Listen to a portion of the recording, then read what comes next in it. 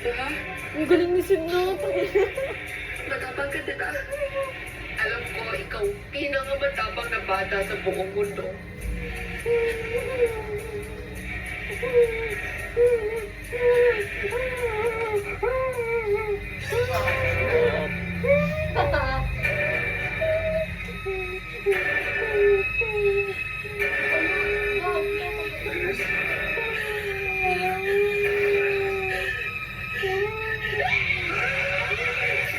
Oh my God.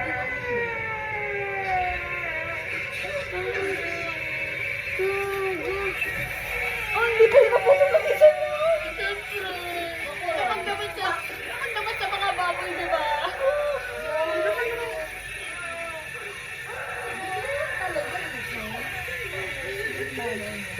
Gagi, walang anesthesia yan, ah.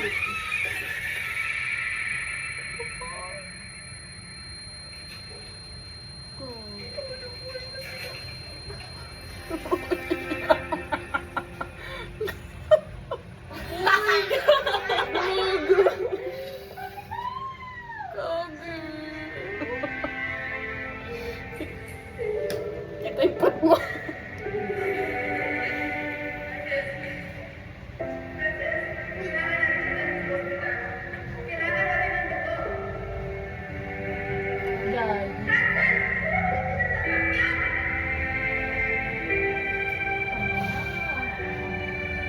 Gago putla agad, no?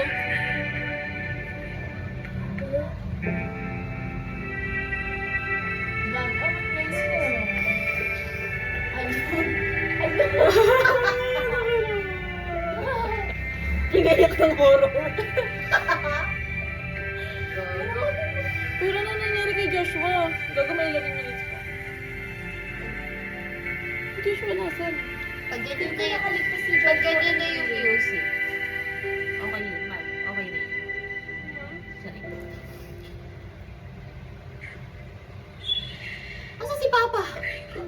Asa na pumunta si Papa? Hindi. Upigan iniwan sila. Papa! Nagawa ko ba? Iniwan sila? Anong kapal naman ang mukha niya? Siya yung nagpakaboy. Tapang-tapang ang baby ko. Sabi niya hindi maganda. Lalaki na talaga. Mga lalaki talaga. Siya may pakisya sa parehas na anak niya. Okay, buhay pa siya. Pumikit-pikit ko siya.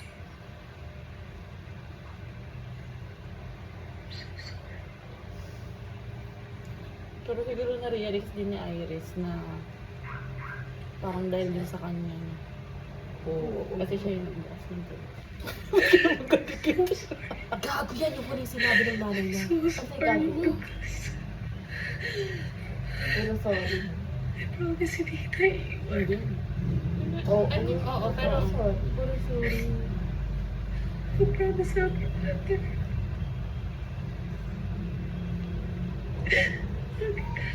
Gago yan. Sana sinabi mo kay Sid. Oh, gago. Next. Si Sid. Si Sid.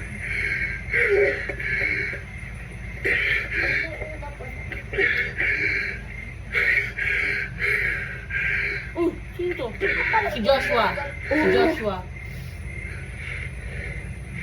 Gago. Gago, papatayin siya. Papatayin siya ni Joshua. Hula ko naman. Josh. Ito yung mga kasama niya.